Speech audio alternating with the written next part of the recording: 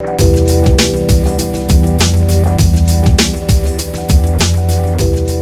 do the speaker spotlight for a few different reasons. One, we want to empower people to join our educational program. What the whole purpose of today is to give people, new presenters, an opportunity to present, and hopefully, if you are rated well from your peers, we'll be sending you a review sheet with every presentation. Be honest. We are all here to grow. So, say what you like, say where you think they can improve, be friendly, be professional, of course. So some exciting news. Tiger and Eric are hoping to present, or they're going to present a D4. Hoping is a terrible word choice. But they will be presenting a D4, but we're clearing their presentations ahead of time. So they will be presenting for us today. And then Hector and John will be at 2, and then Joanna, will be on at 2:30. And they will have the opportunity to teach a class if their ratings are scored well. And their class will likely come in the late Q3, early Q4 portion of the year. If you know other people that want to present, and we can get another one of these going, I'll happily arrange it. It's not too hard.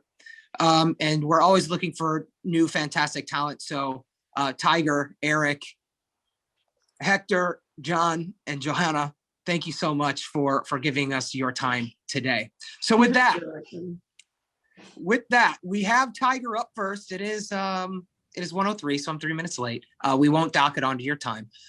So Tiger, I think I made you co-host. Let me stop my share. All right. So tell me if you guys can see Negotiate Like a Tiger.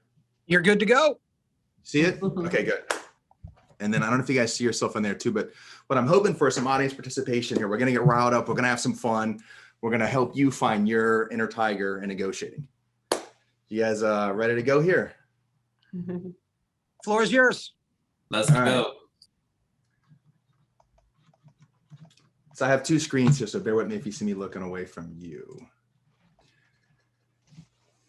All right, so in D4, there's going to be some standing up, some waving some hands, a little bit of screaming. Everybody put your phone in your lap unless you're going to take pictures of this, right? So pay attention to this one. It's really important stuff here. There are a lot of different styles to negotiating in real estate. My nickname's the Tiger. A lot of people that have negotiated with me, or sometimes they say against me, will verify that I deserve my nickname, the Tiger. Now, the Tiger's not always about pulling out the claws, and we're going to get into that here in a few minutes. Negotiating can be very technical because you're not fighting with somebody. Your job is to close the transaction. It's not personal. So we're going to get into that here in a second. Raise your hands if you've ever had negotiations cause you stress. If you ever had somebody stress you out in negotiating, your client was stressed out, somebody was upset, somebody yelled at you, somebody cussed at you, raise your hand right now. Raise your hand if you ever felt like you lost a negotiation. Come on, I've lost a couple of them here. I got 2 hands up. Now raise your hands if another agent made you want to scream during a negotiation. All right, now I want to hear you scream. Ready? 1, 2, 3. Ah! All right, now that you got that all out of your system, I love it. I can feel your energy right here, even on Zoom.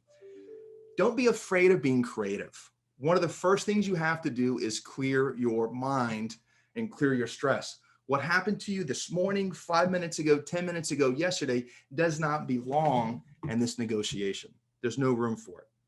The only thing that matters right now is what's best for your client in meeting their needs and getting the deal done. Because at the end of the day, that's what we get paid for. Okay, so if you look over to my slide here, rule number 1, it's never personal. It's not. This is business. We are in a professional business. We are regulated. We have licenses. We went and studied for this. We're studying for this now, right? So this is never a personal business for you. It's our job to remove the emotions, our emotions, and to manage our clients' emotions. So one of the trickiest things in negotiating is how do you manage volatility in someone else? And the client and the wife and the boyfriend, the girlfriend, the sister, the mother, the father, the cousin, Everybody's going to get people involved. And then how do you manage the volatility of the other side, of the seller, the cousin, the same thing? The list goes on and on. One of the first things you have to do in negotiating is truly identify your client's target. What do I mean by that? Let's say you've been looking at 20 homes. In today's market, we know you've made 10 offers on 10 different houses. You didn't get any of them. So in negotiating, the first thing you have to do when you get to that property you want, you have to identify what your actual target is. And I don't just mean target price. There's other things that come with this. There's reasons behind this. There's things that you will negotiate later, not just against the other side, but with your client as well. You have to clearly define your goals, your goals as the negotiator, as the leader in this transaction. And when I say leader, the best thing we can do is to lead both sides. We do represent one client, but our responsibility is to close the deal. So a lot of times we have to do things that aren't our job. You'll never hear me say that. Nobody on my team will ever say that. Our job is to close the deal. Whatever it takes to get the deal closed is your job. Negotiating starts at the door. The very first phone call you have with the listing agent or with the person you're trying to list a property with, whoever you're negotiating with, that very first phone call, the negotiating has already started. They're already determining their opinion of your value, who you are, what you stand for. This is key. This is why you have to let things go. Scream before you pick up the phone. Make sure you're not still screaming when you dial. You have to get out of your system before. Everything has to be clear and concise, positive and happy. That's how you get all the way to the close. Also, text messages. I didn't mention this. The first text that you send, if you don't clearly send me a clear message, I'm going to know one of several things. One, you really aren't very concise with your clients of what they want. Two, it's going to be an easy negotiation for me, but you don't ever want to be in that position. You don't ever want to be in a position where someone's looking at you like this is going to be where they can just run the train down on you. One of the things that's really important is negotiating does not ever stop at the contract. Getting your client physically in the door of the property is a negotiation. I could tell you lots of stories of myself and my team where we go into a condo building and there's a pull-up and there's a security guard and there's a building and a concierge and you have your gatekeeper, which is in this case usually the listing agent or an assistant or an office. You have to negotiate to even get a property shown. Raise your hand if you've had situations in the last 30 days, 60 days, 90 days, where you can't even get your client into a door. I have 5 right now that my team is calling 10, 15 times a day to get us in. Our clients just want to see the property. Like I said, the negotiation starts at the door. One of the most important things you're going to do, especially once you start to understand where you're going, how you're getting in the door, is you have to center yourself and breathe. A lot of us forget this. We breathe shallow. Your energy will shift. So now we're going to take 30 to 45 seconds. We're all going to close our eyes. And I'm watching the 6 of you on my screen here. Kevin, you too. We're going to close your eyes. And we're just going to let out a few breaths. You're going to breathe in all the way. And you're going to breathe out until you can't exhale anymore. You're going to breathe in. You're going to breathe out. On the next breath, you're going to see yourself in the door, showing your client with a smile on your face. When you breathe out, you're breathing out all of those wasted phone calls, quote unquote, those text messages that weren't returned. You're getting rid of it. The next time you breathe in, you're going to see yourself getting the offer signed. You're going to get that text message that says offer accepted. Every buyer's agent stream right now. You want to go through this process before you truly start to negotiate. The more centered you are and the more in control you are of your own emotions, the better you will be able to handle everything else going on around you. Because remember, your buyers are very emotional. This is a big deal for them. Usually it's the biggest purchase decision of their lives. You're managing, helping them with more money than they've ever spent ever in their history. Something else that's very important is to identify your client's risks. When you're negotiating with an agent, and we all have been there, raise your hands if you've ever dealt with an agent that they were just hard. They wouldn't negotiate. There was no terms, nothing. It was their way or the highway. Raise your hands if you've had this happen. Something you have to do is to be able to identify your client's risks. When negotiating, the whole point is to get them to the close. So sometimes, especially in times like today, the listing agents are asking us to remove a lot of those protections that make our clients feel more comfortable. So it's about being creative in your negotiating. It's about being willing to move like a wave in the ocean. The whole purpose is to get the deal closed. What you think and what you knew yesterday does not matter. You have to know your client's risk and you have to articulate it. I'll give you an example. I have a deal right now. My buyer was working with a bank, right? Getting a loan. First mortgage broker wasn't cutting mustard. This person just wasn't doing a good job. I was definitely not happy with any of their work for the first week. I started to get stressed because I knew what was going to happen. We're going to need time. Time costs money in real estate transactions. It'll always cost money. You either lose a deal or the buyer's got to come up with something. So here's what happened. I was getting stressed out because of this lender. Long story short, we had to get an extension to the closing period. We didn't extend the finance period because the buyer has the cash to close. My buyer has the cash to close, so we know his risk. He's not risking his $50,000 deposit because he can close cash if he has to, but he wanted to get a loan. Money's cheap, so I have to understand his risks. He has to understand his risks. I put it in writing. I sent him an email. Boom, boom, boom, boom, boom. This is our job as well. How to make him reply. We did an early release of $10,000, an early escrow release, giving it non-refundable actually. So if he doesn't close now, the money's gone, but it got us what we needed. So the point is the risk is important. This gentleman, my client happens to be in finance. So he understands risk factor very well. When you understand your risk and the risk you're willing to take, whether it's losing money, but we know we're not going to because we're going to close cash and I'll never let a client lose money. But the seller sees that we're putting more skin in the game. The seller sees the buyer's committed. It's our job to make this happen. There's a lot of different ways you can do this. Every situation is unique. If you have a specific situation, reach out to me directly. We'll talk after this as well if you have some comments. But understanding risk and keeping that in the forefront. Remember, it's not personal. It's also not your money. I don't care what the other agent calls you. I don't care what they said about your best friend. It doesn't matter. The only thing that matters is protecting your client, protecting their money, and getting the deal closed. Something else you really have to do is to choose your battles. You know, like I said, I had this nickname, the Tiger. Well, that's fantastic. Tigers are ferocious. I am a very ferocious negotiator, but I'm also a protector.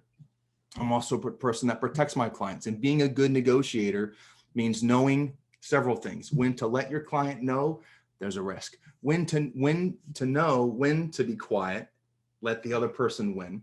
Because if the other person in negotiating feels like they're winning, whether that's the seller or the other agent or their broker or the attorney, who, you know, attorneys are a lot of fun to deal with sometimes. Sometimes you have to let them win for you to win, for your client to win, for your client to close. So it's all about understanding the risk and choosing your battles. The only time that you're ever going to see me battle is when I know we're going to win. And sometimes it's with a technical default in the contract and we're negotiating something that has to happen. The whole purpose is always to close. And time can cost money, but when you extend and you buy more time or give more time to the other side, that's okay as long as you get to the close. That's the whole purpose of this. The way that you do this is by getting them on your side. Getting them on your side is key to getting things done. If you need time, you just need documents. Oftentimes, I represent a buyer in a condo building, and my team is going directly to the condo association to get the condo docs. We're going there directly to do all these things that the seller is responsible for. Even if you look at the contract, the things the seller is supposed to provide, I don't care. My job's to get the deal done. I'm still negotiating. We don't stop negotiating at the contract. Then you have to negotiate with the HOA. You have to be very friendly, respectful, cordial team player. It's all about trying to figure out how you can give them what they want, what they think they need to give you what they really should be giving you, regardless of their emotions and opinions, right? Who's had that happen in their life? So getting them on your side, like I said, is going to be crucial to this. You always want to be seen as a team player. Sometimes the claws have to come out. Sometimes we have to be tough. I've had situations where I make somebody release 10%, even 20% of the purchase price when I'm the listing agent. I make them do an early non-refundable escrow release. That's pretty tough, but I've never done it to keep their money. I've only done it to force them to perform to get the deal closed.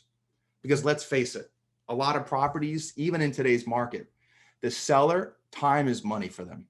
The longer we keep the properties on the market, they have expenses, they have costs, they have taxes. That money that they could have, that cash, they could have to invest in something else, whatever it is they believe in. It could be a business. It could be a kid's college fund. It could be another property. It could be something for their parents. We don't know. Every minute we have that money tied up in a transaction is money that they don't get to move on with it. So the thing that you want to do in negotiating with the listing agent, negotiate for time. Create a way to get the buyer's agent and the buyer to buy more time. Make your seller feel comfortable, because at the end of the day, what they feel matters. We have to remove our emotion while managing theirs. And then you also have to manage the expectations that they have, which is to close. And you have to remind them negotiating isn't just about the terms. It's about, hey, it's okay. We can do this. Everything's going to be fine. I got you, right? We're going to have them release this money. We're going to have them do this for you. And then you're going to do this. Everything's going to be okay. That's a big part of negotiating. So that's part of team relationship. And then ensuring that the successful outcome, you know, everyone that's done a real estate transaction knows a lot of times we have to wear different hats. It's not always about the tiger hat. It's not always, you know, it's not always about the fedora. It's about being the quarterback, the cheerleader, the running back, the coach, the event organizer, everything all at once. And that's one of those situations where you really have to kind of understand who you're dealing with. Sometimes it's hard to know a lot about the agent. You know, there's research you can do online. The MLS has a lot of this in our database where you can kind of see who the other agent is. You get to learn a little bit about them. It's not cheating. It's just doing your proper research. But the whole purpose of this is to get the negotiation done, to get the deal closed, right? So if you take a little bit of time to learn more, ask them what they're into, try to learn about their personality. Most of the negotiation classes you're going to see out there, they only talk about personality differences. And let me tell you, that can be vast and drastic sometimes. You know, when you come into a negotiation, we all negotiate differently. Me, I negotiate, I don't even know, 15, 20 different ways because I've studied this. I've taken all the classes. I'm a certified negotiation expert. I've read the books. I've watched the videos. I've gone to the seminars. You don't necessarily have to identify one personality versus another. You just have to know people. And negotiating, like I said before, it's not always about the terms. There's people involved. There's humans here. There's high emotions. So the more that you can manage your emotions, control yours, lead the group, lead the pack, lead the negotiations, the stronger you're going to be, the happier your client's going to be, because you're going to have a positive outcome. And when you can lead in a stressful situation, what do you think is going to happen? They're going to tell everybody. So instead of their emotions going to, oh my God, this is the worst transaction ever. I can't believe that I hired Tommy from Tommy's Realty. I hope there's no Tommy watching here. Sorry if there is. But that's the last situation you want to be in, Tommy. You don't want to be that person that these people are complaining about, because everybody likes to complain. So part of negotiation is, like I said, it's emotion management. It's client management. Does anybody have any, I have a couple more things to say, but while I'm thinking about that, if you have a specific instance that you want to talk about and you can do it in 30 seconds or less, I think we have, what, 10 minutes left, Kevin, or 9? So if anybody can give me a 30-second thing that you're dealing with right now, no names, no addresses, no company names, then I think we can do that. Is that right, Kevin? Sounds safe. Okay, well, but no property address. So if you want to click the little button, raise your hand. I can't see everybody on the screen here, but Kevin's going to, so even so I can see everybody. If you have one, I guess, raise your hand and then Kevin will flag you and turn your mic on here in a second. But back to my rule number one. Unmute. Yeah, you can unmute. Okay. So rule number one, it's never personal. And I got to tell you, I can't emphasize that first rule the best. I mean, I can't make it any more important than it is. Rule number one, it's never personal. You have to understand that you have to shake this off. A lot of you that are doing a lot of volume know it's a lot of high stress stuff. You're dealing with a lot of personalities, and negotiation is also personality management. There's some pretty well-known agents out there that are known for their reputation. Sometimes the reputations are very friendly and they work with you, and you won't believe the amount of positive information that they're able to bring to the table. And then others are known for being a nightmare and really tough. They don't pick up their phone. They don't respond to text. So it's all about personality management. Sometimes you have to show up to somebody's office with, empanadas from your favorite place, or cookies or flowers, anything you can find out about this person. Fishing. I just bought somebody a pair of shoes, believe it or not. As you see, I'm the Tiger. They consider themselves a Tiger too. Nike just made these really nice new Tiger custom shoes. I sent them a pair. I'm trying to get a deal done. The point is, you're doing personality management and you're managing people. So who has a question or a comment that wants to unmute and tell us here for a second, and I'll kind of give you an idea of what maybe you can do. Tiger, I have So there's a question in the chat for you, Tiger. It says, if you are representing a buyer and the listing agent makes it personal by yelling, what is your best advice with managing how you will negotiate with the other side? So yeah, that's a really good point. And this goes back to my rule number one, it's never personal. You don't know what just happened in their life. And you have to realize this. It can't be personal for you. The other person can make it personal. It's very personal for the buyers. It's very personal for the sellers. But you, being the strong negotiator that you are, you can't make it personal. So people yell. I'm going to be honest. A couple of times in my life, I've done it too. I try really hard to never do it in business. And if I do, I apologize afterwards. But you don't really know what they're yelling for. You don't really know what they're mad about. Something else could have happened in their life. What you can do is try to identify with them. Go to their Facebook page, go to their LinkedIn page, go to their Instagram, their TikTok. Oh, I see you like fishing. You know what? When this is all over, we're going to get a bottle of Jack Daniels and go down to your favorite fishing pond, whatever it is. You have to find a way to engage with them other than in a screaming match. Because if you have the buyer and they have the listing and you get in a screaming match, your buyer just lost. You lost it. So it's always about keeping your cool and doing emotion and people management. Is there anything else in that? Yeah, that was a great question. My question was really similar. And I think the relationship matters, but if somebody's yelling, you can't just be like, hey, we should go fishing, So how do you break them down? How do you calm them while down? They're yelling? Right. Well, you were saying you got to relate with them, but you can't just segue to fishing sometimes. You know what I mean? So like when they're in the heat of the moment, what are some things that you do to calm them down to continue the negotiations forward? I'm okay. I'm going to tell you what you could do. Sometimes what I do doesn't always work. It depends on what they're yelling about. Like I said, somebody's yelling because something else probably happened in their life that day, and we don't know what it is. So the main thing is, while they're yelling, you have to let them yell. You have to just, like I said, it's not personal for you, right? You have to manage the emotion. So you just kind of have to center, breathe, go into like your inner spirit, whatever it is, and just let them yell. Because a lot of people are going to yell. They're not going to stop until they're done. They're probably yelling one of two things. Either something triggered them emotionally, or they want to be heard. I'm sure a lot of you have had this happen in your life where you're having a conversation with somebody. It could be someone that you have an emotional attachment to. It could be someone at the grocery store that's just having a bad day. People yell because they want to be heard.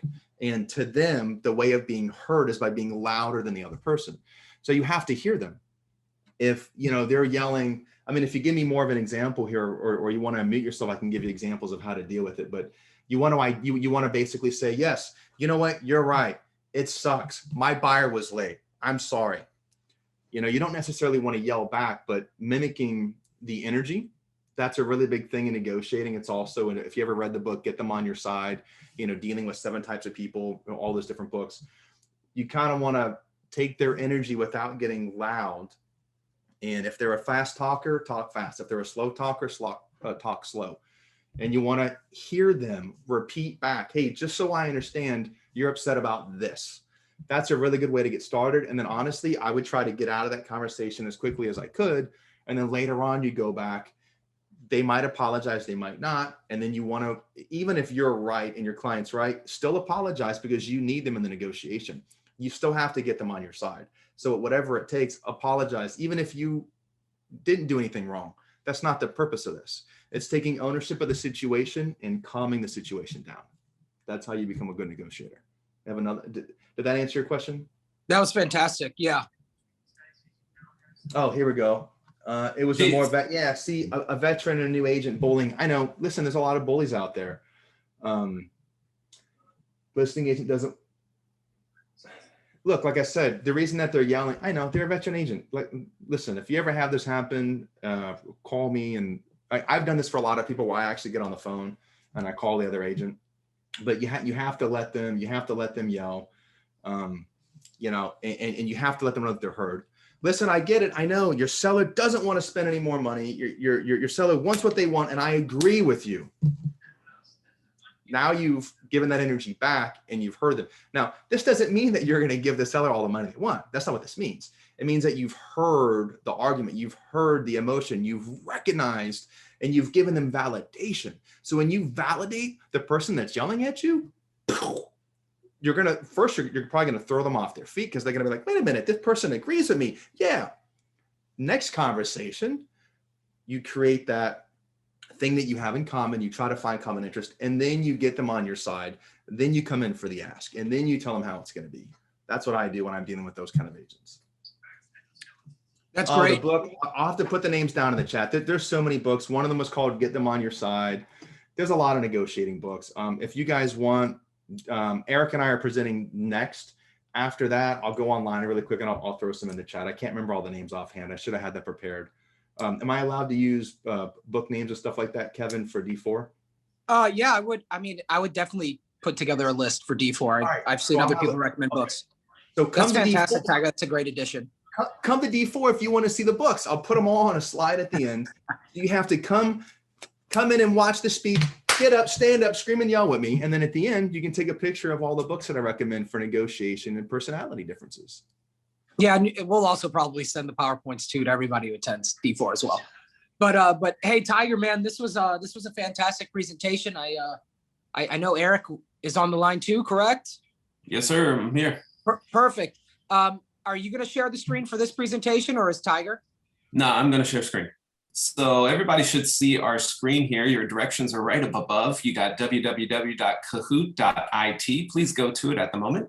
www.kahoot.it. Once you're there, you're going to need to add a PIN. This is the PIN number right here, 270433. 270433. It'll ask you for a username, and please make your username PG-13. If we see some inappropriate names here, you know, then we're gonna have to make you redo your session all over again. Monique, hey, totally inappropriate. Thank you, Monique. We working. So the job is guess the branding. You're gonna guess the branding. How quickly can you figure out what logo this is? Just type the answer in. Type in your answer. It doesn't have to be all caps. So whatever brand logo you think that is, type it in as fast as you can. Spelling doesn't matter so much. You got them coming in. Oh, I forgot mine. All right, wait, I got it. Okay. All right, let's see here. All right, so if you picked any of those answers, you're good to go, except that one. All right, so cool. That was Adidas. Cool. Next one. Who is winning? Commercial Andy. That's all good. Right. Andy's That's a good thing that Commercial Andy's winning, because these are commercial logos, right? Got to know your biz.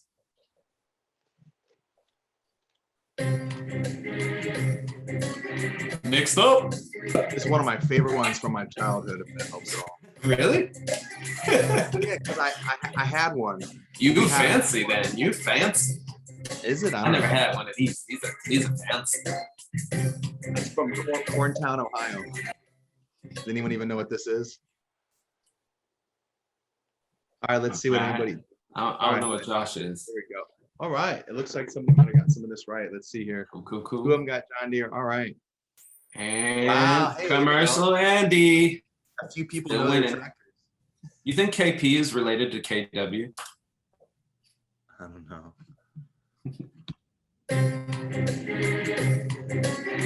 Next up. This one's for everybody. You don't have to be in commercial to know this one. Come on, guys. You can take Andy's thrown away.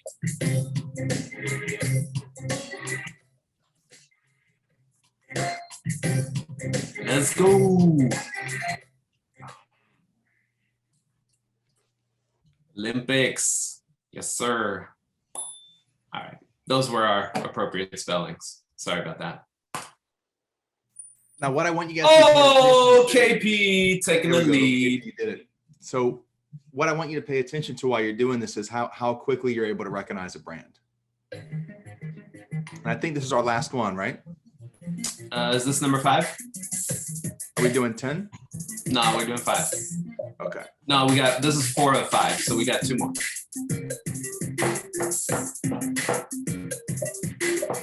So because this is a branding talk right here, brand's important, brand matters, right?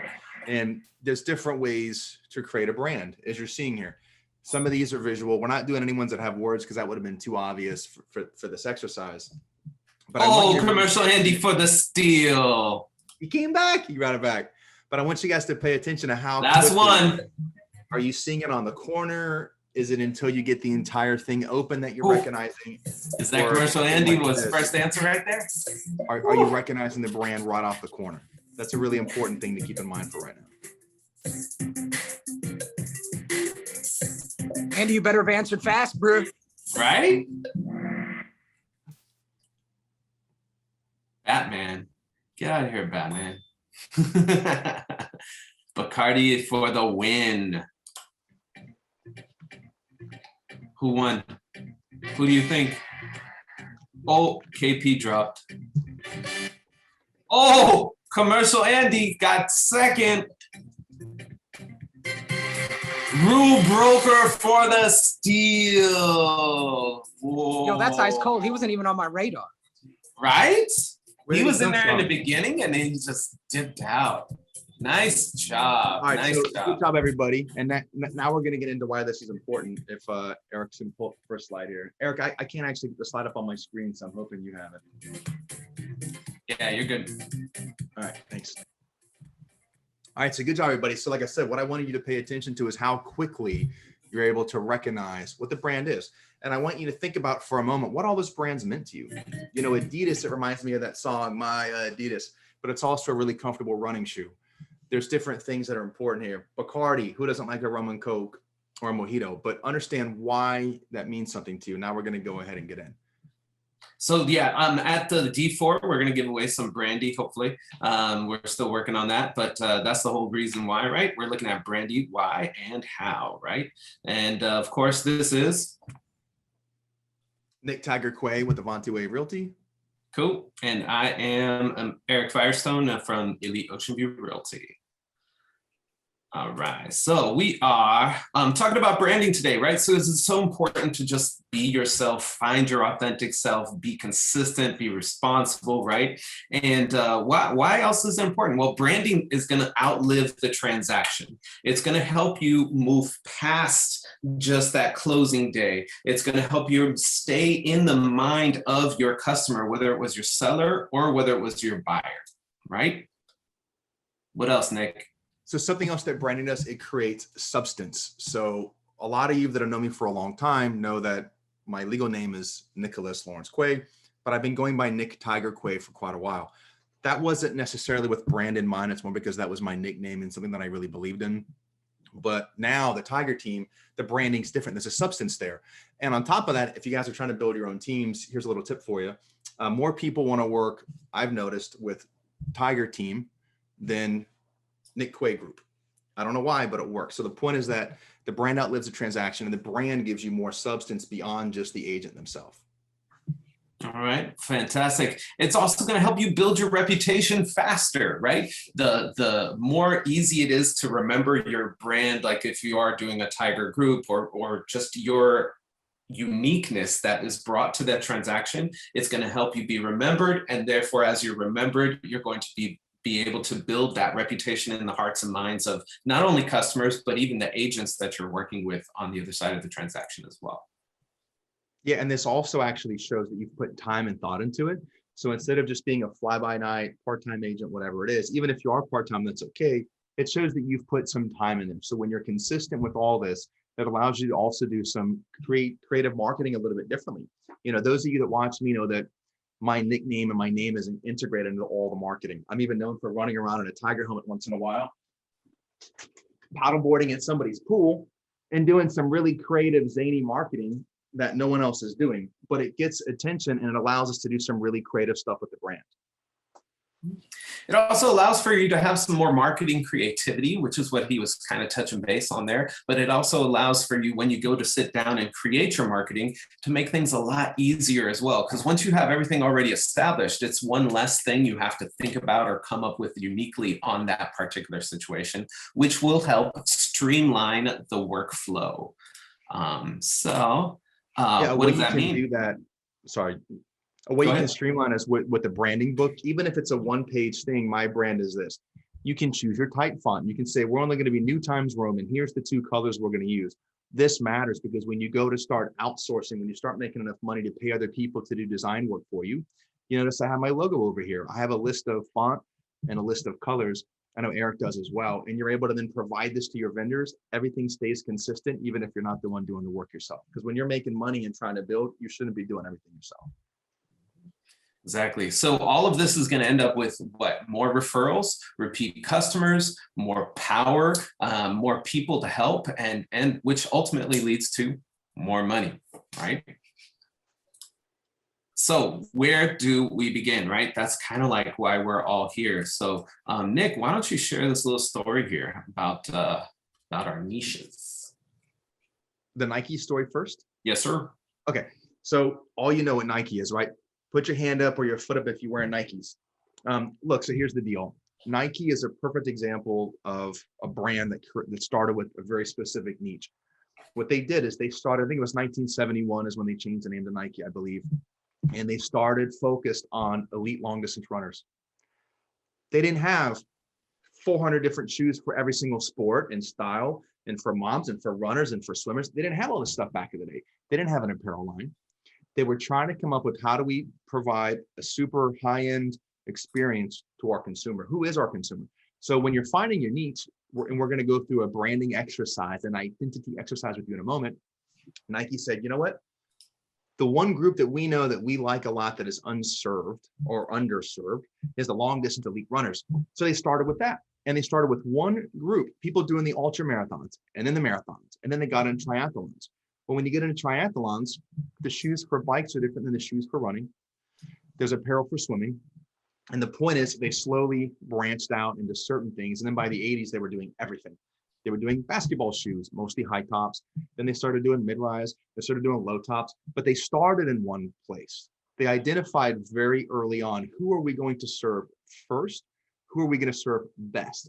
Only once they perfected the first niche they were going to serve, did they wait and see what happened. And then now they get asked for everything. Kiteboarding, which is a newer sport, windsurfing, all these different things, paddleboarding, there's gear for it from Nike now because they've now built the reputation around super high-end experience and product and quality. And that service and that quality has now spread everywhere to every sport that I've ever seen has Nike now. So that's a really short story on how you really need to start micro-focused, micro-niche. That niche can be one specific building. You can pick one building, hopefully the one you live in, and only specialize in that building. It can be a community. It can be a community of people, or it can be a neighborhood. The point is, the more hyper-focused you become by building your niche, the more power you're going to have, the more buy-in you're going to get from that group, that community, from that niche, from those individuals, whether it's people relocating from Curitiba in Brazil, or whether it's, single moms, whether it's firefighters, it doesn't matter what it is. You have to be hyper focused and vigilant on that group alone first. From there, when you're the expert, then you can start branching out. That's the best way that we believe to really build and start a brand. So I get what you're saying, Nick. We got to find our specific niches to start from there and then build out from there. Can you give us an example of somebody that may have already been doing this? Maybe somebody that's not local, right? Because we don't want to be promoting anybody inside here. We don't want to make anybody feel bad. How about somebody off on the West Coast? Yeah, I'm kind of feeling a little bit thirsty. Does anybody here drink beer? Show of hands who likes beer. Hands, Yeah. come on, beer. Who likes beer? Cold beer, cold. Okay, cold beer. So what if I was to tell you that another agent that I know of, really sweet guy, started to build his brand, just like a lot of us, didn't know exactly where he was going to go, knew who he wanted to serve, but he didn't know how to break into the market. What if I was to tell you that he started a blog, a video blog called Beers with Bob, Beers with Bob, where Bob drinks beer? Because what else is Bob going to do? Bob's a realtor, but here's the thing. Bob doesn't say, hi, I'm Bob Tompkins, the realtor that also drinks beer. It's just a beer with Bob. And it's Bob going to breweries, drinking beer, the brewery's beer. And then he partnered with a friend of his that owns a brewery, and they would sit down. So you have one real estate agent and you have a brewmaster who knows beer, and they both like to drink beer. So they're both experts at beer, and they're sharing their expertise, and they're giving you an experience that's not pitching, buy a house from Bob, list a house with Bob, rent a house from Bob. I can sell a commercial building. I can sell a $20 million home. I can do a $1,500 rental. There's no confusion of what Bob's doing in this case. Bob's building a brand through giving a service to the community.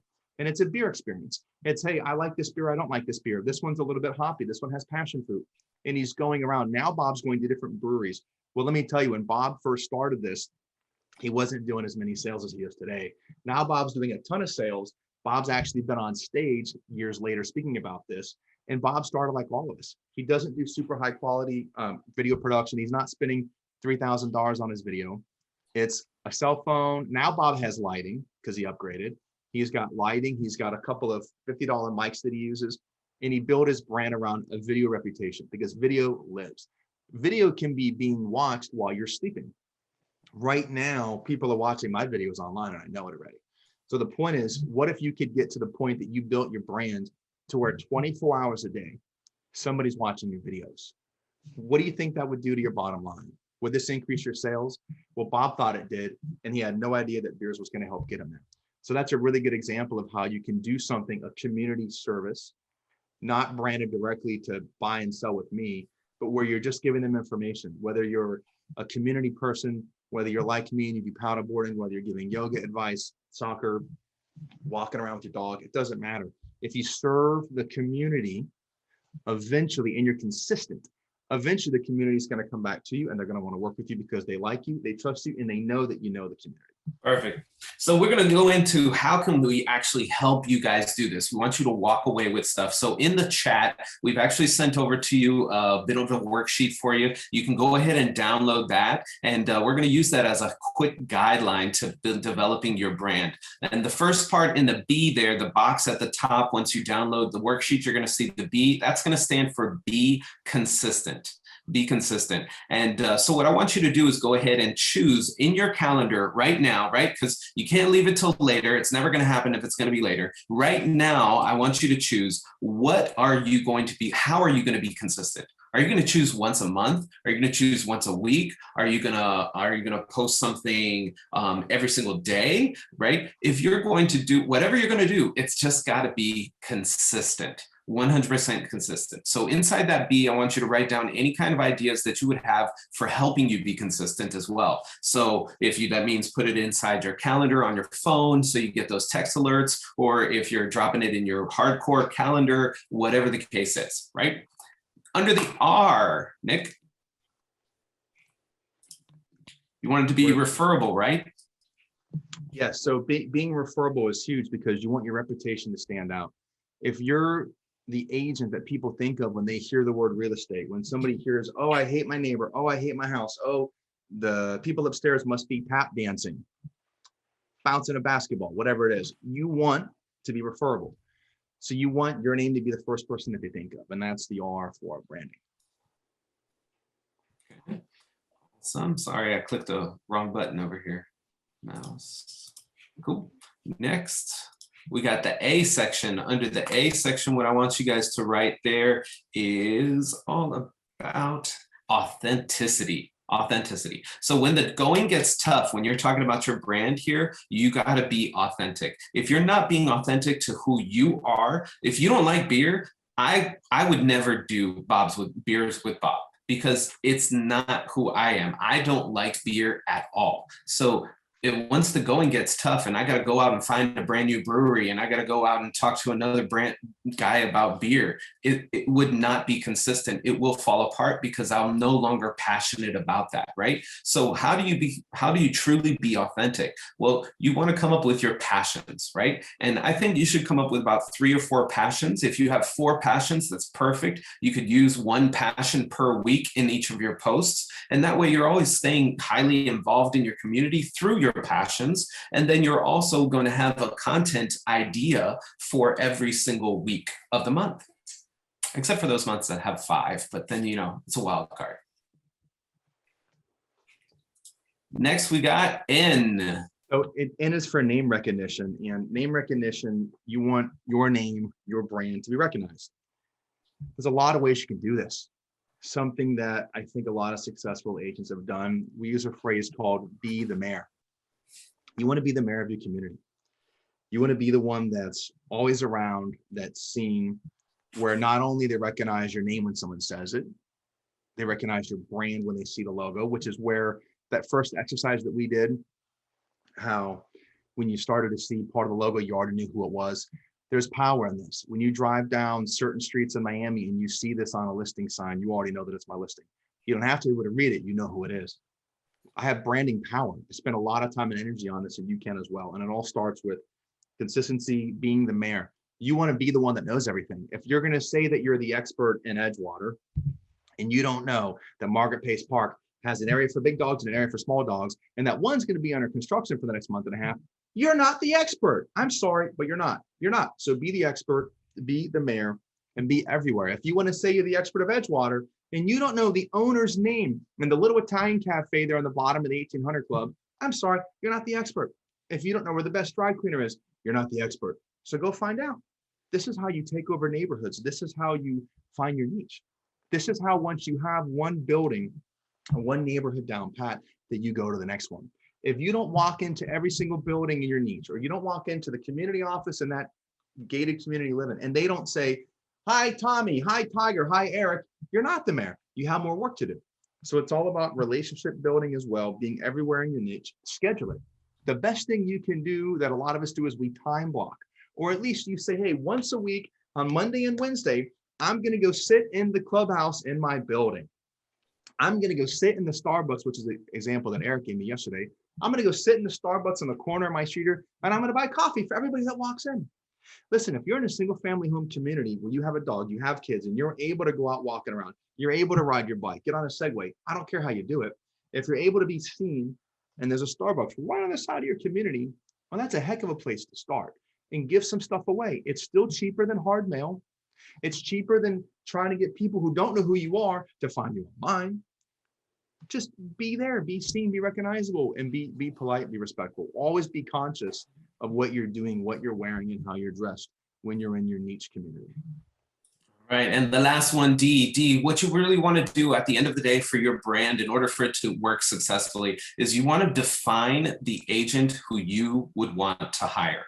If you're not the person that you personally would want to hire for your house, then you need to re-authenticate yourself. You need to bring yourself back into what did you put into your brand and figure out, hey, is this the person that I would want to use to do this, right? I need to sell my own house. Would I use me? Right. And so we just figured out about half an hour ago that this session was actually only 25 minutes. So we kind of over prepared here. We're at 25 minutes right now. You'll see that there's a sheet right afterwards. You guys can take a look at it at your own time. It's a suggested timeline guide of how to go about developing your brand. So that way you also have like a sort of a little schedule to kind of hold yourself accountable to. It by no means is the one all end all be all situation. We just developed it for this to kind of give you some guidance along the way. And then at the very end, there is a thank you page as well as a contact page for both Nick and myself. If you guys have any questions at all, post this meeting that you want clarification on, or you want to send over some branding ideas, we'd be happy to help you out, clarify it, and so forth. And then, of course, at the end of the day, please make sure that you are looking at your broker's guidelines as well, because you do need to make sure you adhere to those at all times whenever you are developing this. B stands for be consistent. R stands for being referable. if you You're guys not, wanna go through the this with attachments us- are in the chat. The Yeah, attachment. and also you guys can feel free to fill this out and send a photo to Eric and I. We'd love to know what this is for you. And one thing that I want to add when you're becoming the agent you would hire, words matter. You know, you'll hear that I've taken a lot of even the pauses out of my speech. These little things can make a difference in how somebody sees you. The words that you use make a huge difference. If you're complaining, so if you're in your sphere, your SOI, your sphere of influence, and you're complaining all the time, you're in your building and you're complaining about the pool, complaining about the front desk, you need to be a person of action, not a person that's creating a distraction for everyone else or creating conflict. And so keep this in mind, especially if you're in a community, whether it's gated or a building or wherever it is. Don't be the complainer. When you hear someone else's complaint, you know what? I'll keep that in mind. I actually know Sally. Let me go talk to her right now. I'll get that dog to stop barking, whatever it is. These kind of things are going to stand out in everyone else's mind. It allows you to become the agent that you would hire and the highest version of who you can be. And also everyone's going to remember you. It's going to keep up with your consistency. It's going to show that you're an authentic person, that you care, and it is going to get you name recognition. Wow. Anytime I have a problem in this neighborhood, all I have to do is call Eric. It's unbelievable how Eric just knows everybody. Eric can call the front desk and get things done. Eric can call the gate and get this done. That's who you want to be. Okay, guys? Hey, real quick. Sorry, I was on a phone call and somebody asked, so I can't answer it. What's the D stand for? Define the agent you want to be. You want to hire, sorry. Define the agent that you want to hire. Define the agent you want to hire. It's all about defining who you want to be. And you know, Eric and I have been doing this for a long time, but we still go through the exact same process. There's nothing different for us with 15 years experience than you with 1 year, 5 year, one transaction, 1,000 transactions. This is still an exercise that you can all do. And as your brand develops and your brand grows, just like a lot of ours has, there's different versions of it. My first version of my brand wasn't where it is today. I can promise you that. But I only got there by taking these steps. And I only got there by truly embodying also my entire brand and being authentic the entire way. And when I introduced true authenticity of who I am and my own values as a human being into my business, for me, I had a huge shift. Everything changed. Hello, everyone. Thank you. Let's see how can say happy Friday. Kevin, this is water, okay? Yes. Yep, we can see it. You're good to go. Okay. Wait a few minutes. Let's allow people to fill out the forms for the last class, and I'll tell you at approximately 2:03 we'll get started. Thanks, everybody. Okay. Well, I am very excited for this moment. I think I want it a long time. Congratulations, the speakers who have preceded me. This for contribution to this community. They have a done great. Okay. One of the main reasons I am here is because I would like to contribute to this great real estate community. Today and the future meeting we have, I would like to share with you some of the work that I have been doing with great alliance in the technology industry, such as John Gomez from Rivexpo here in the United States. In summary, I want to show you part of that future that is the talk about so much and that many are already immersed in. Cities in New York are already done it, and here in Miami, there's already a smart city. For example, City of Doral on Miami-Dade. So I want to give you the possibility to start in the next step of the business, to take a seat of tool that allow each of you promote your business in this era that we live in. Look the video. Watch the video. Let me share, please. Oh, don't worry. Okay. The question is, do we live in time of change or do we live in the change of area? The truth is that we are experiencing a digital transformation. It's my sound alone of, but today is reality. So my name is Hector Escalona. I am a real estate broker, maybe disruptive and ecologic. My specialty is in generation digital marketing strategy for real estate. In Venezuela, I graduated from university has information in engineering. I have about 16 years of experience in work in the business and technology. Right now, I'm working in the foundation and today, and with my partner, John Gomez. Okay, John Gomez is an expert in blockchain. Okay, I am trying to speak English, but I would like to move on my zone of comfort. Okay, this the point is the transformation and digital is the move is the thing outside the box.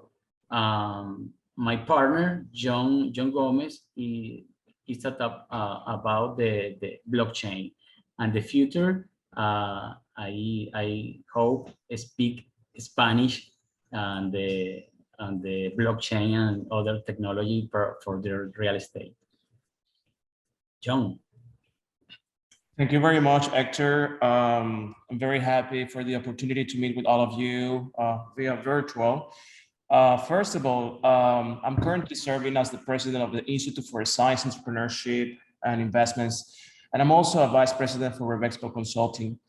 I'm also serving as the vice president of the GCPIT, Global Impact Startups, Global Council for the International Trade. I am a passionate digital advocate. I'm also a member of the Government Blockchain Association for the Smart Cities Working Group, and I'm leading as well the working group of the blockchain impact in education. I'm dedicating myself to elevate and accomplish, several missions, including the Greater Miami Chamber of Commerce as the ambassador, as well as leading currently the Miami Junior Chamber International, the Miami chapter. As a globalist and futurist, I am involved in numerous digital advocacy projects that leverage emerging technologies, such as the artificial intelligence, blockchain, next generation computing, and extended or virtual reality. I was born in Tampa, Florida, but I'm native from Venezuela. I've been living in the United States for 20 years. So I'm very happy to do this presentation to all of you. In today's presentation, we choose to title Blockchain and Crypto in Real Estate, Trends and Opportunities. And the question is why? I've been working in the last couple of years with several organizations internationally in designing and planning and deploying blockchain for different industries. And it's been quite amazing that also the real estate industry has been impacted by blockchain. As you can see in the infographics, when we talk about blockchain as technology, we also see real estate being impacted. But there are two fundamental elements in between, and that is the smart contracts or the tokenization, as an example. But when we think about the different process in blockchain, we can name a few steps to it. But first of all, let me explain to you exactly what's happening in facts of how blockchain impacts the industry. So this is the link to the source that I'm more than welcome to share with all of you. This is from the PR Newswire. And as you can see, the global market size is $39.7 billion by 2025. And the CAGR 67.3% between 2020 and 2025. So blockchain in real estate is a digitized ledger that is allowing us to democratize the access and to increase the trust by being a single source of trust. Blockchain as innovative technologies is positioning a change of numbers, as I mentioned before, in many different industries, including the real estate. Now, how blockchain will impact the real estate? It calls my attention that when I have the opportunity to share knowledge of blockchain with other colleagues or friends, in fact, there's a lot of confusion with cryptocurrencies like Bitcoin as an example. To simple put this in words, a Bitcoin as a cryptocurrency utilizes the blockchain as technology, which is the one that operates the Bitcoin in this case, or cryptocurrency. The blockchain technology enables the tracking of transactions and records across a distributed network of computers. So if we want to mention the process of how blockchain will work in any industry, or more specific in the real estate, first we think of a transaction that is being recorded. And this transaction is requested by one of the parts. The request is broadcast to a network of computers. Using artificial intelligence or algorithms, the nodes process this request. And the request can be a currency, a record, a legal contract, or other type of information that is verified by the nodes. Once this request is being verified, the ledger is updated with a new block of data. And this block of data is added to the blockchain and cannot be deleted or altered. This is a good example that you can visualize the process. Someone make the request of the transaction gets broadcast to multiple consistent computers known as nodes. Once it gets validated by the algorithms, the transaction is immediately verified and recorded. Once this happens, we have a new block, and this is what's called the blockchain. This technology is the one that supports many processes, including the cryptocurrency. Now, the impact is various when we talk about blockchain as technology changing the real estate industry. For instance, we can mention smart contracts, transactions, financing, land titles, leasing, liquidity, ownership. The point is, like, all this impact of technology can be applied to these number of aspects of real estate business. So just to give you an example, if we think about smart contracts in blockchain, I can say that blockchain has the ability to create and authenticate and audit contracts in real time across the world and without intervention of a middleman, and have instructions rooted in the transaction so that payment can only be taken as long as the instructions are fulfilled, providing complete transparency to all parties and reducing the likelihood of payment disputes. In other words, real smart contracts happens to be enabled by being blocked by blockchain. And of course, this will not only speed up the leasing process among the parts and save on costs, but it can also improve due diligence. So blockchain has the ability to verify identities and incomes and reduce what we call, or we know, fraud. So for value propositions, the enterprise being impacted, or actually two enterprises being impacted: the private sector and the public sector. The private sectors, we have transactional work, investing, construction, and surveying, timeshares as well. For public sector, we have land registries and policy deployment. Other value proposition, but in this case coming from the real estate agents, what can they get from blockchain as the impact? They can improve efficiency, they can improve turnaround times, they can increase competitivity edge, and they can also increase client satisfaction. As we offer in this presentation, we can talk about opportunities. So what's the future of blockchain in real estate? Blockchain has a significant implications for the real estate industry. It could eliminate the need for middlemen in transactions. It can also improve trust among transactors, act as a record keeper, speed up all contracts, leases, transactions, improve liquidity, reduce fraud, and reduce costs and fees. So although some real examples of blockchain exist, we are, and we understand that as Revexpo, that sometimes the time away from executing on the full promise of blockchain in real estate. We know that the investors should take all of the time and all of the information that we try to bring into this presentation, and to make it into a consideration, to start thinking about the ways we can expose themselves or ourselves for these forthcoming innovations in the real estate industry. I'm looking forward to connect with all of you. Thank you very much. I know questions will happen at the end of this presentation. Thank you very much. Thank you, Hector. Thank you, Nick. Kevin. Kevin, we are finished with our presentation. If anyone has a question, I will be more than happy to share our website via chat. How do you feel that, well, what type of cryptocurrency would you see as coming through into the real estate transactions? For real estate transactions, the opportunities can be different. The industry is very big. And as we know, not necessarily every organization within the real estate will be aligned with innovation and strategy. So pretty much right now we are in the first phases, if we think exponentially, of the implementation of blockchain in real estate. But as you can see, our Major Suarez, who I met 3 weeks ago via the Miami Greater Chamber of Commerce, they're promoting a lot of the Bitcoin in the city of Miami, and to make it the capital of capital.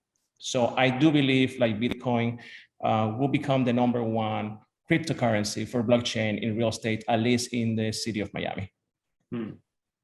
Bitcoin. Okay.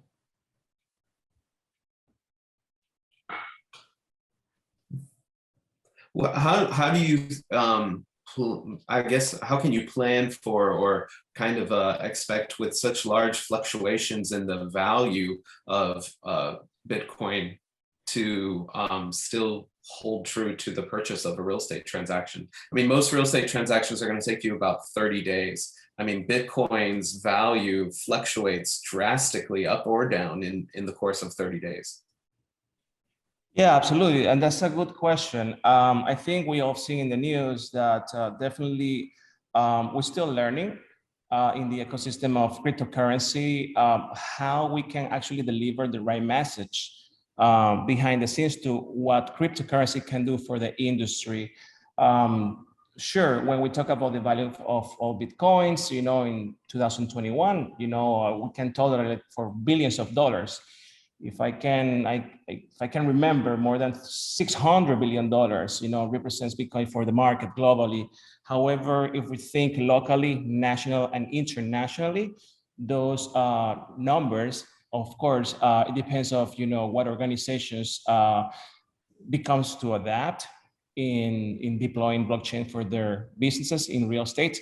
You know, it will tell us a lot, you know, of, you know, what's the type of trust behind the Bitcoin. I certainly believe that, at least for Miami, lots of investors are actually putting a lot of their investments in organizations in the Miami, Florida city. And this will create the right trust that we do need in the market. So to become or to actually have Bitcoins as the right cryptocurrency when we think about implementing blockchain and when we think about transactions in exchange, right, among the parts.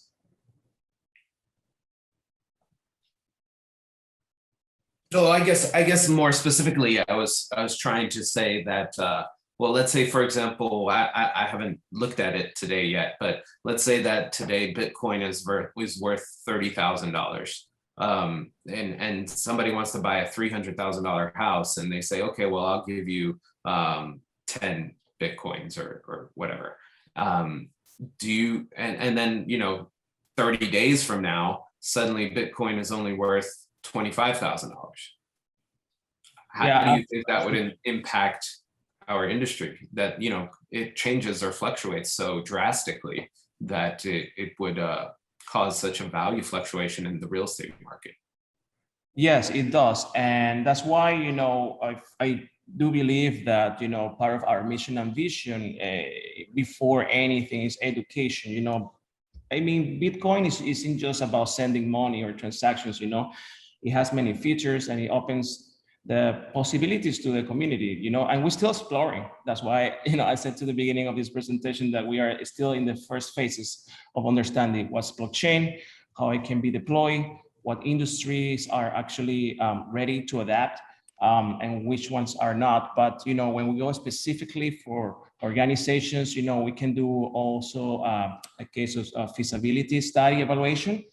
And then from there, we can see, what are the most interesting aspects of their internal and external processes that can match the deployment of their blockchain initiative as a technology. And of course, like I said, investors are trusting every day more and more and more the digital economy, or the what's so-called fintech banks are also, getting into this new trend of technology.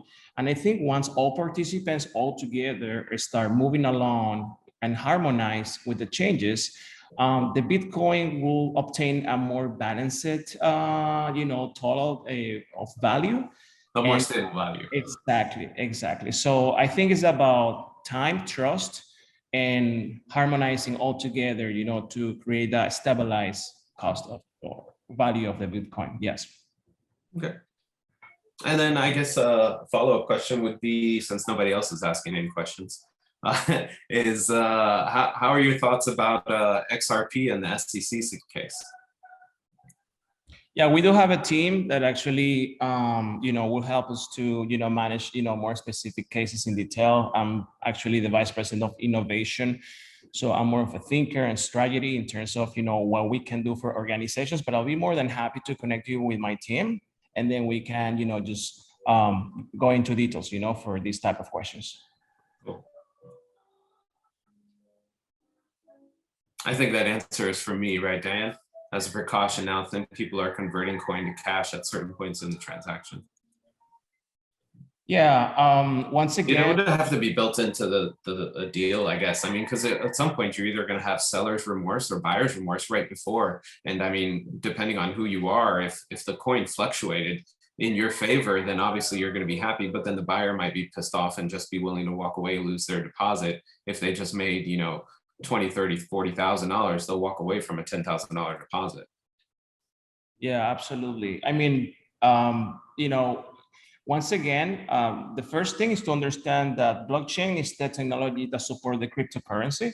But, when we think about cryptocurrency, obviously, this technology is growing very fast and it's revealing an unintended environmental consequence just as quickly. So, that I think you refer specifically to the Elon Musk announced, a few months ago when Tesla was accepting Bitcoin as a form of payment. Mm-hmm. And then radically that changed, right? The market in terms of the value. So, when we see radically these movements, in the market, obviously, the community, see this as a fast way, as a money maker. But actually, there's a lot more to understand about these technologies. And, this is what, when we engulf the concept of all of this together, is what's so-called the digital transformation. And yes, it's still confusing, but that's what we're here for, to help our community and understand blockchain and cryptocurrency, of course.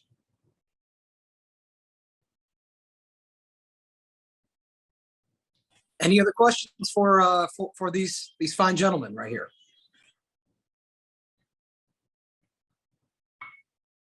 John, Hector, thank you so much for joining Miami YPN. We hope you stick around for the last segment. I will go ahead and post the link in the chat now. If everybody could rate John and Hector so that they can continue to sculpt and change their presentation. And we'll certainly reach out about maybe doing a class in Spanish so that we can get Hector more involved and also provide to a great Spanish community that we have here. With that being said, gentlemen, once again, thank you so much. Do you have any final comments before we get Joanna on the screen? I just want to say thank you, everyone, and thank you for the opportunity, and look forward to see you around. Thank you. Pleasure. We'll be collaborating more again soon, hopefully. All right. Joanna, I'm sorry if I've said your name wrong like a billion times today. My apologies. No, it's okay. I know I spelled your last name wrong yesterday. I got it right somewhere else, but Oh I no, don't apologize. worry. That happened all the time because I know that it's too Spanish the name, and then it looks like French, it looks like English. No, don't worry, it's okay. It's all right, good. Well, thank you for your understanding.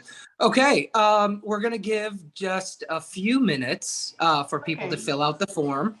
If you don't mind doing so, rate them, provide some valuable critiques if you don't mind. And in about 3 minutes, so it's 2:23 right now, so let's say 2:26, 2:27, we'll get started with you. Sound good? Sounds good. Okay. Perfect. We'll see you in a second. Thank you. Okay. Thank you so much for this opportunity. I'm Joanna Vicente. I'm a believer, follower of Jesus. I'm a mother, I'm a wife, I'm a daughter, I'm a friend, I'm a writer, I'm a broker in reality and real estate, and I've been in the business for the last almost 9 years, since 2012. So I would like to know a little more about you before we continue here in the art of follow-up.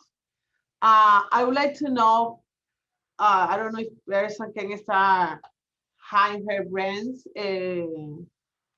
how many persons, the persons that has between 1 and 2 years on the business, and between 3 and 5 years on the business, so 5 years and plus, so not a little more. I know that we are like 20 people here. Anyone can jump in.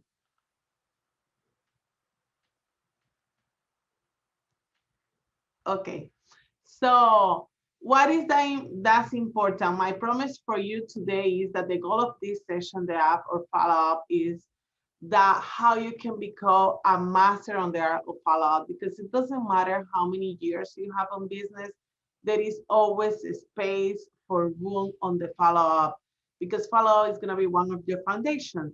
And my promise that I make for you today is that if you apply consistently the concepts and the techniques that I'm teaching you today in your business, in the next 180 days, your business will go double, because follow-up is part of the foundation. Any volunteering to read this phrase from Mark Suster?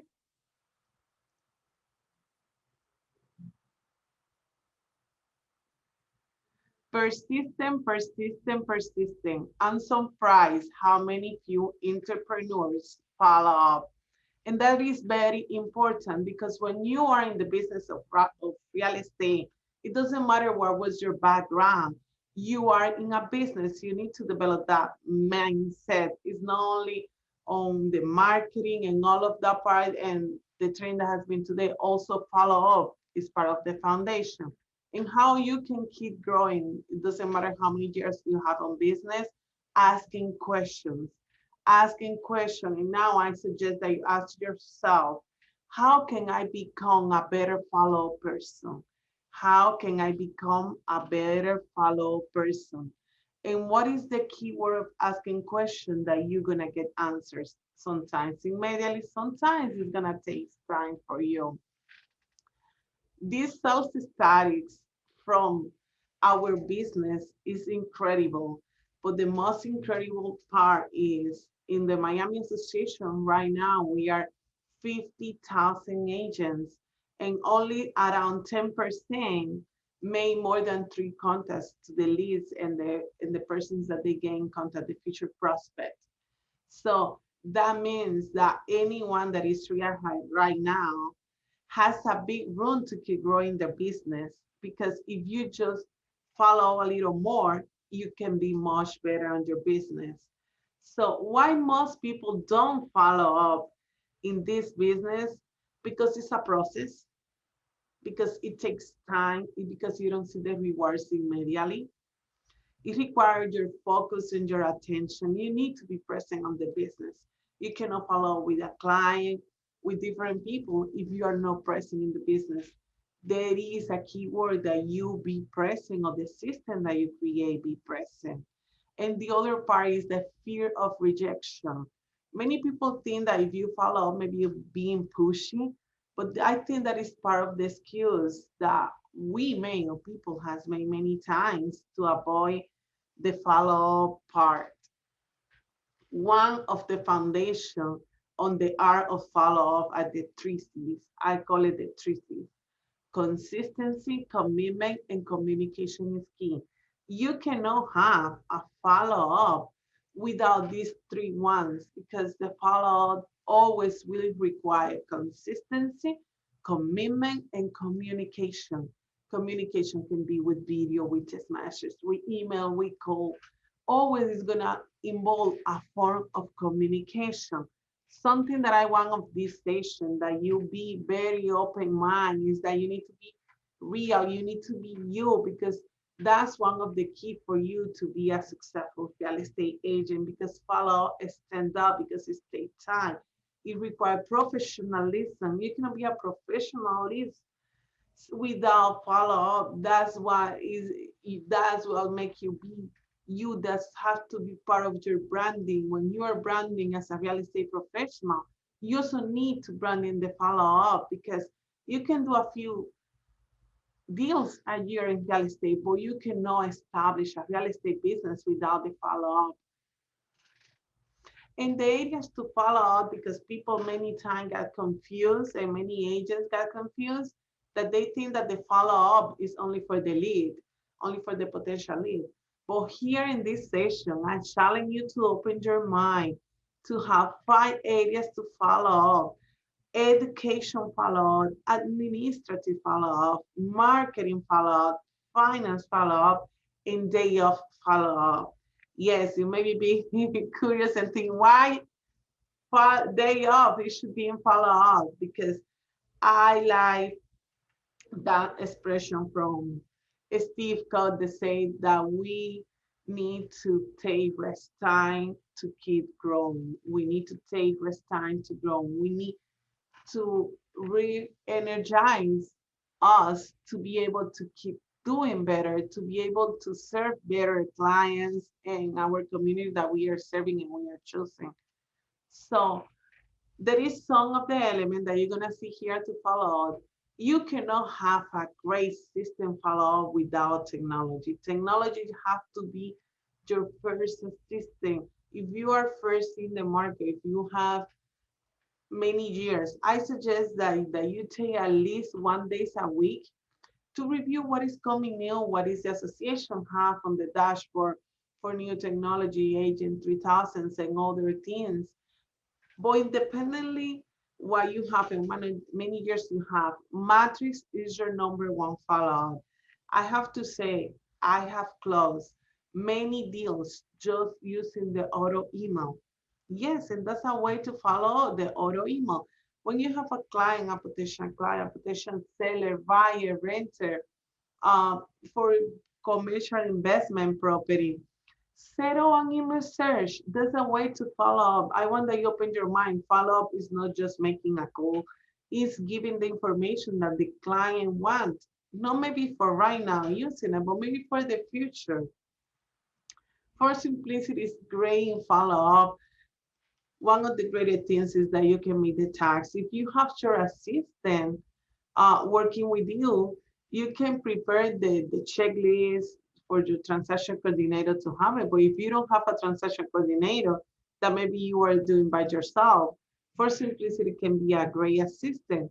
The Google Calendar, put things blocking time, put your day off time, put the follow administrative. It's gonna be the first thing on Wednesday, or it's gonna be 5 a.m. on the Thursday. So may blocking time to you be able to growing in the follow-up. And Google Keep, I love it, because the Google Keep, if you are on the way with your app, you only need to make it sometime a recording to keep follows on the things that you wanted. And maybe, and you can share with your team, and that's amazing. And any CRM, you cannot say that you can have the art of be a master in follow-up if you don't have any CRM. Many people ask me, hey, Johanna, what is the best CRM to use? And I have to tell you something. The best CRM is the one that you use. It doesn't matter how many features your CRM can have, but if you don't use it, it's worthless. Regarding the marketing follow-up, you need to have your open mind, that you need to keep follow with your current clients, with your potential clients, with the people that you know, with your friends, social media, with your neighborhood, with your community, with your past client. There is a statistic from the National Association of Realtors that 80% of the person who has worked with an agent is willing to work again with them, but they don't remember their name. And what is happening is missing the follow-up, is missing the connection. So there is more than 5 holidays during the year that you can connect with your past client. There is with your community, with what is happening. So follow-up is a way for you keep your goals connected with your daily day routine. And what is that important? Because that's what will make you apart from the other. That has to be part of your brand. One example of how to keep the current client in follow-up is always keep the conversation open. Always keep the conversation open. How, if you are talking with any person, always keep a homework to do. Many people know me because I love to do the homework, because I think that's part of my personality type. The driver personality type is also part of my dedication and my discipline. And when you meet with anyone, when you are talking with any client, and that client tell you, oh no, I want to stop, I want to do in the future, always say, hey, asking for permission. Can I call you in X amount of time? Can I call you in this time? Can I call you within a month? I know that you are telling me that you are going to do business right now, but I just want that you know that I having you in mind. So it's when you open that door and you put it down the calendar and you call back that person within 30 days or 60 days, that's when you're making your brand and you are developing the art of follow-up, because person know that you are responsible, that you are trustworthy, that you are accountable, and why people will pay you a commission for do a job. You need to have those elements to grow in your business. It's important that part of growing as a master in follow-up, it's important that you keep asking questions for the clients, keep asking questions for the community, because part of the follower is that you do it from a sincere heart, is that you be honest and transparent. And the only way that you know what is the best way to follow up if another person is asking the question, what is the best time to call you? What is the best time to reach you? What is the form of communication that you prefer? You prefer more text message, you prefer more email, you prefer more calls. So you need to learn how to empathize with the type of communication that your clients like or your community likes. Social media, Facebook is part of the things that you can do to communicate and to keep the follow-up alive. In the administrative follow-up, something very important to do is with whom you're gonna follow up, with your assistant, with your social coordinator, or you are a solo agent, you will do with title company, banks, your clients.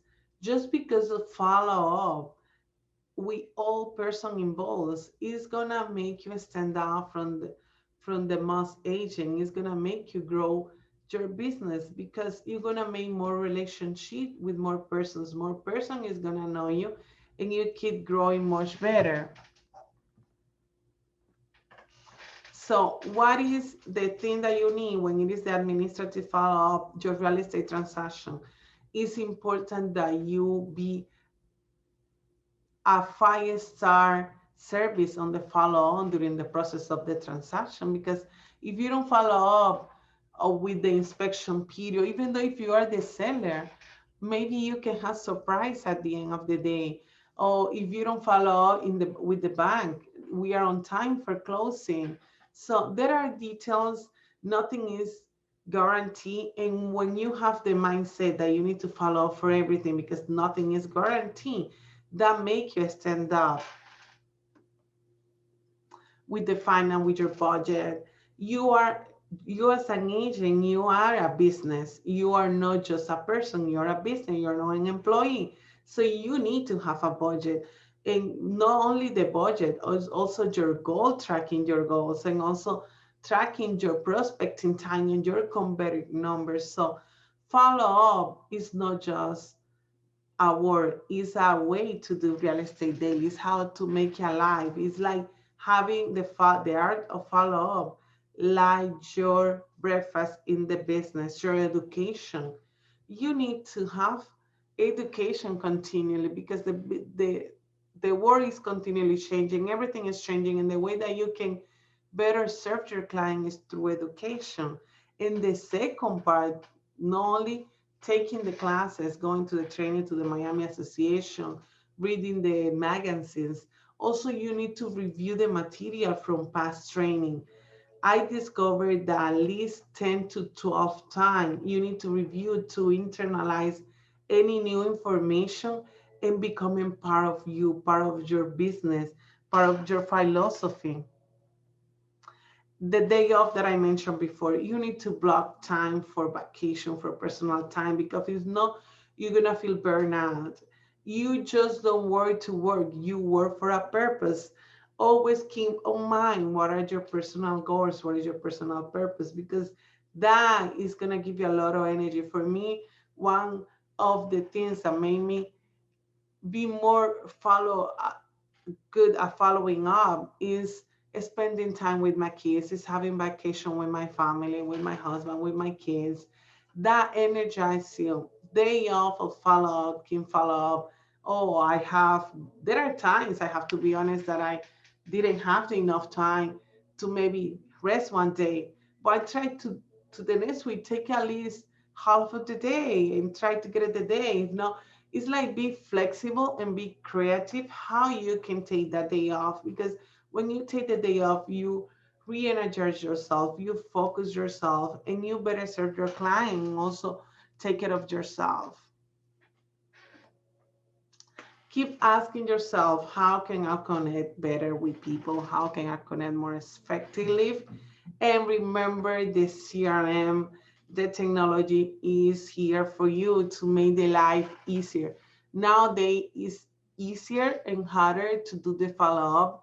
It's easier because we have a lot of technology to help us.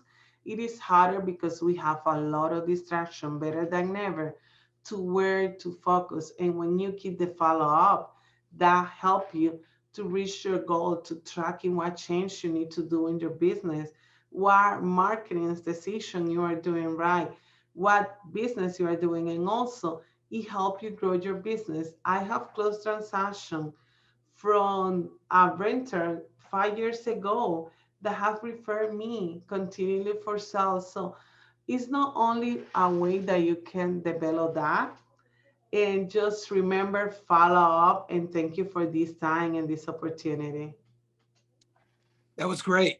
I can't tell you guys how important follow-up really is. Nothing would happen within Miami YPN if follow-up wasn't a major factor of how we communicate.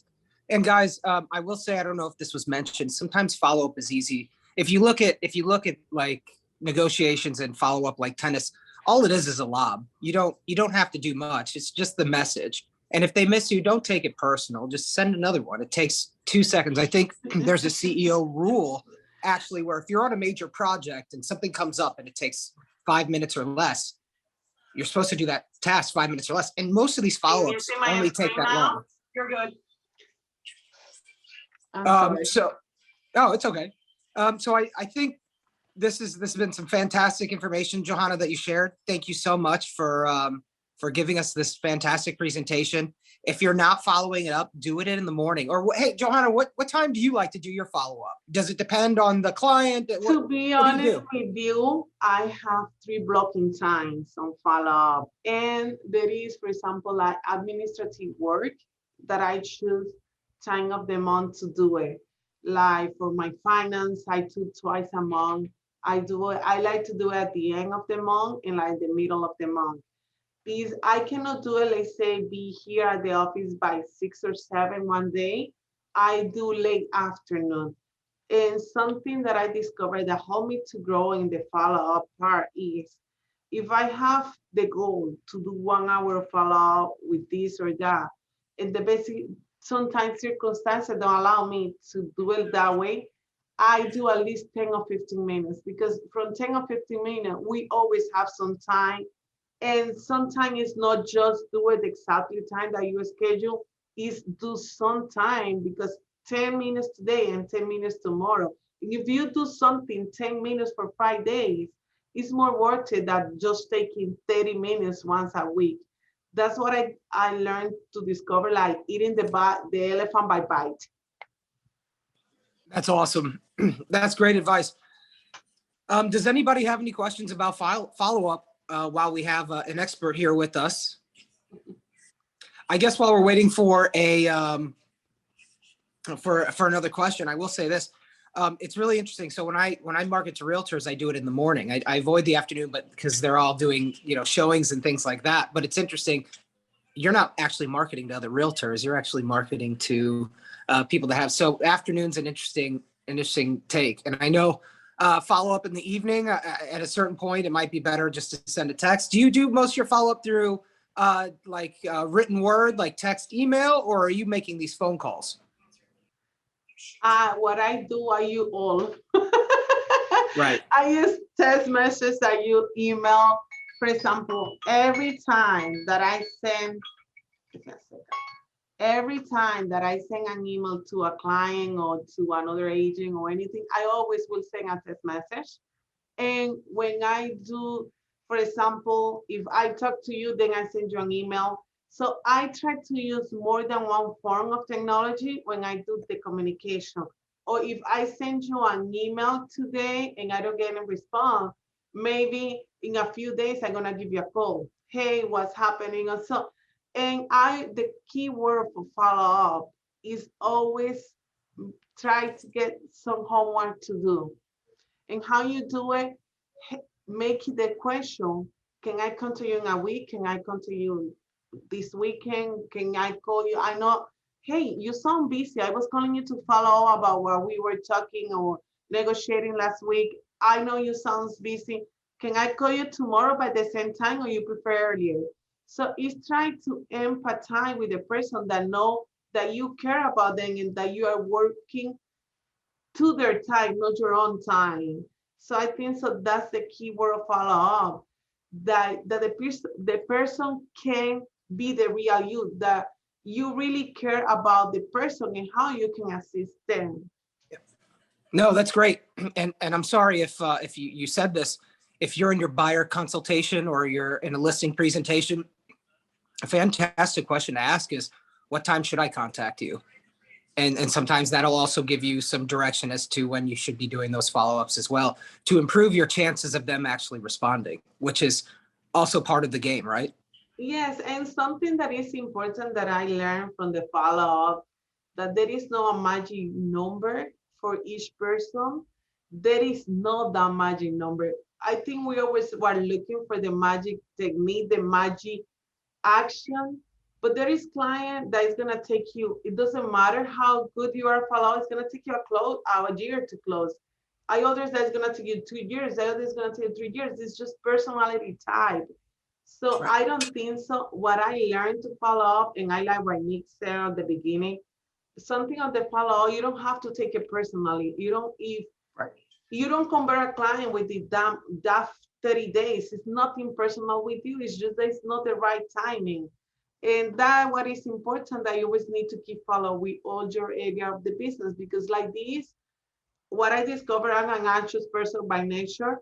And what I discovered when I understood that I just need to focus on the action and not on the result, I became more productive.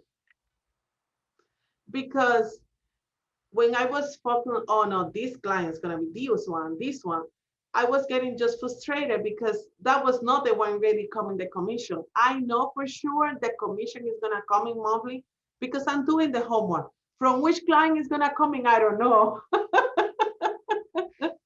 So I think so it takes time. It's a lot, it takes a lot of mistakes, but if you don't learn that, you always is gonna be working and play small in the business.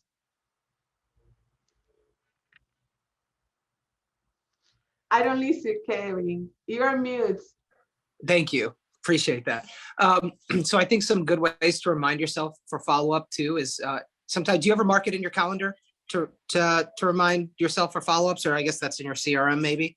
Which Yeah, CRM do you What's use, your preferred by the way? CRM? I have two CRM. I use the Buffini one and I use the Elon from Tom Ferry, because what I discover is, Can you type those in the chat, please? yes,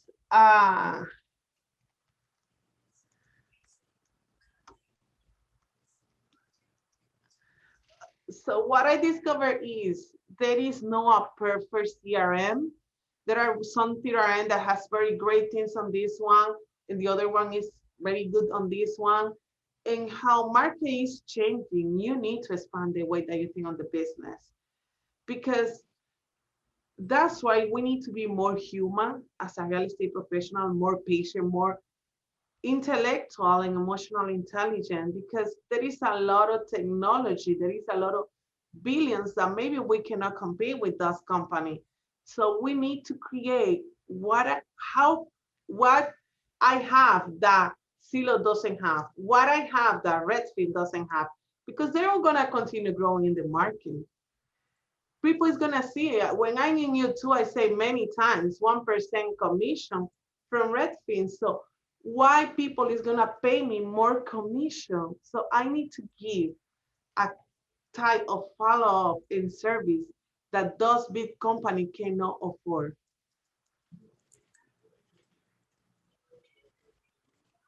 Excellent. Any other questions? Yeah, I'll talk about your, since we got a few minutes, I'll talk about your one other part of your presentation. This is, I guess there's warm follow-ups and there's cold follow-ups. But with your marketing, if you see that something, takes off a little bit, I don't want to say viral, it's really hard to go viral. But if you, something you do is performing better than normal, and you're seeing a little more than your regulars liking a post, you can always take those opportunities to reach out to them as well. That's an interesting way for follow-up. And, I'm not sure many people are actually doing that. So it's just another way of separating yourself. I mean, you would use your social media kind of like a CRM in that instance. But yeah, something for you all to consider, depending on how much time you have, but yeah, this was fantastic, everybody. Thank you so much for coming out today for the speaker spotlight. Do we have any final questions, any final thoughts? Anybody want to talk about a big takeaway today or anything like that before we go?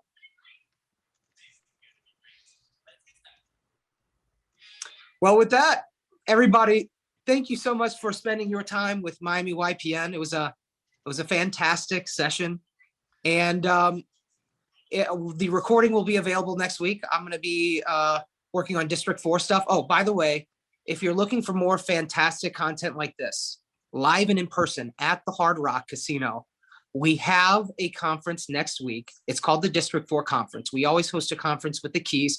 Typically, it is held in the Keys, and last year was virtual.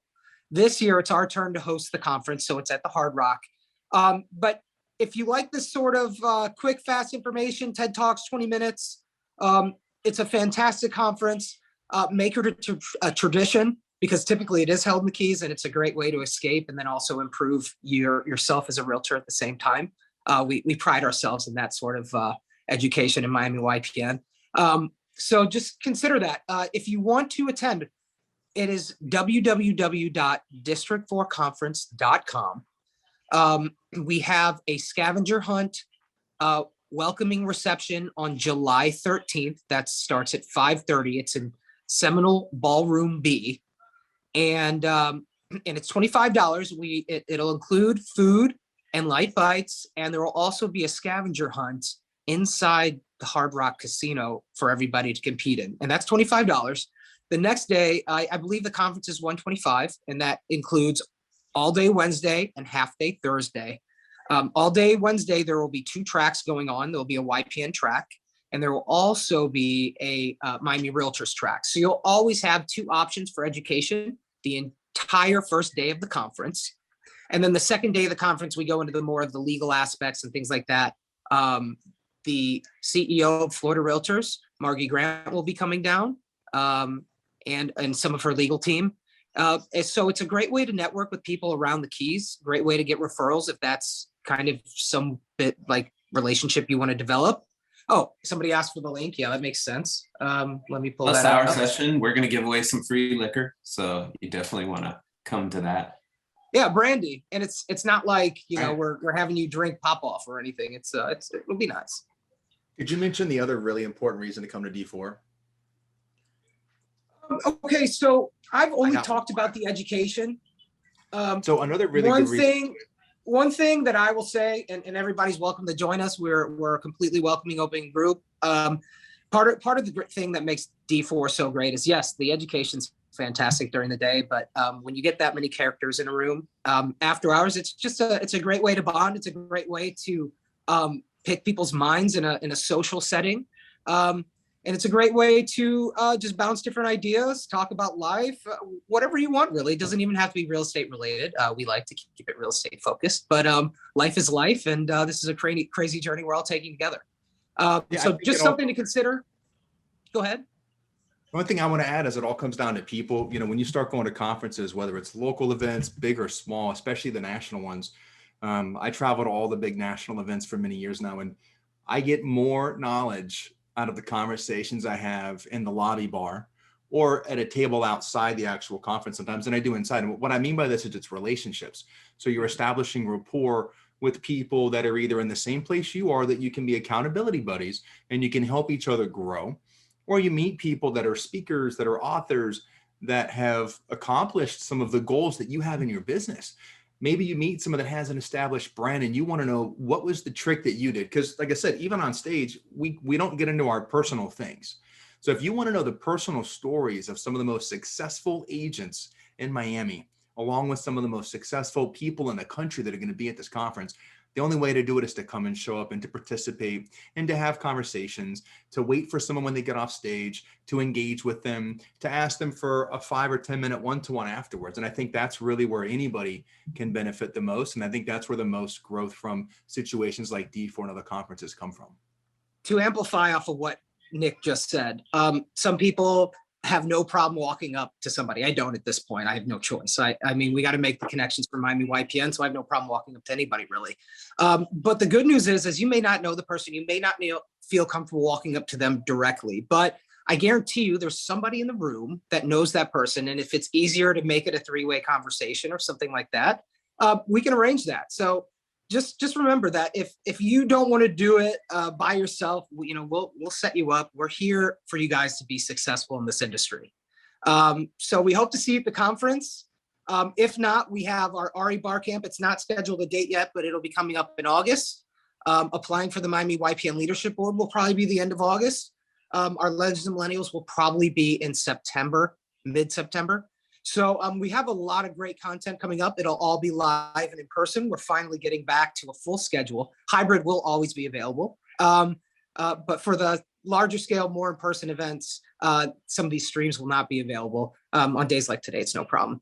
But we encourage you to get more involved. It's a great way to better yourself and have fun along the way. And with that, have a great rest of it's Friday, Jesus. All right, I'm running out of time. I got some work to do. So I'll talk to you all later. Oh wait, hold on. Names. Yes, hold on. There's one more question in the chat. Hold on. And the names of the negotiation books. I will get that. It was a private message. I will get the negotiation books. You put it in the chat. To the You put it in the chat, Kevin. I put a few in the chat. Oh, excellent. I'll tell you what they are. Get them on your side.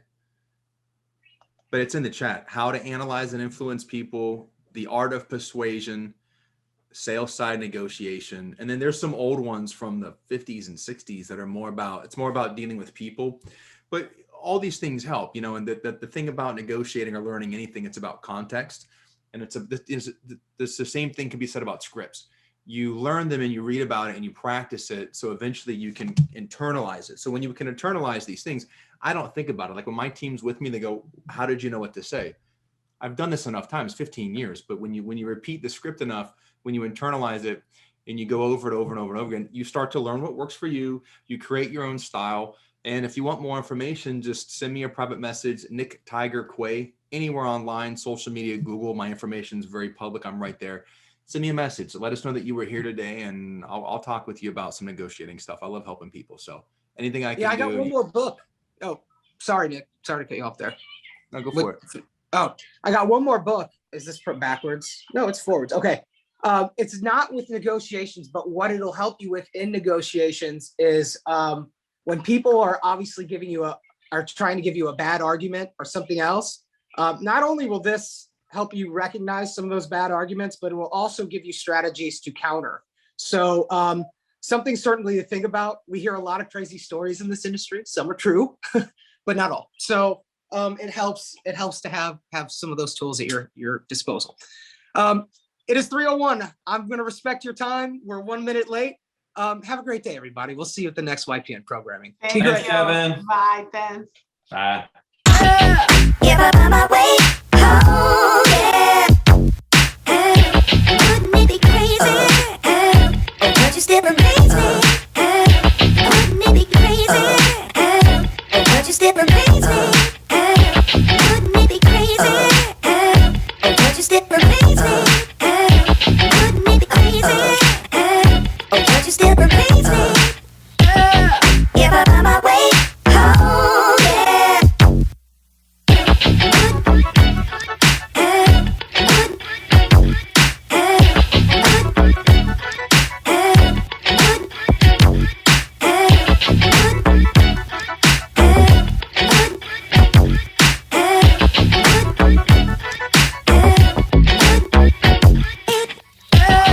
Give up on my way home, yeah. Wouldn't it be crazy? But you still amaze me. Wouldn't it be crazy? But you still amaze me. Wouldn't it be crazy? But you still amaze me. Wouldn't it be crazy? But you still amaze me.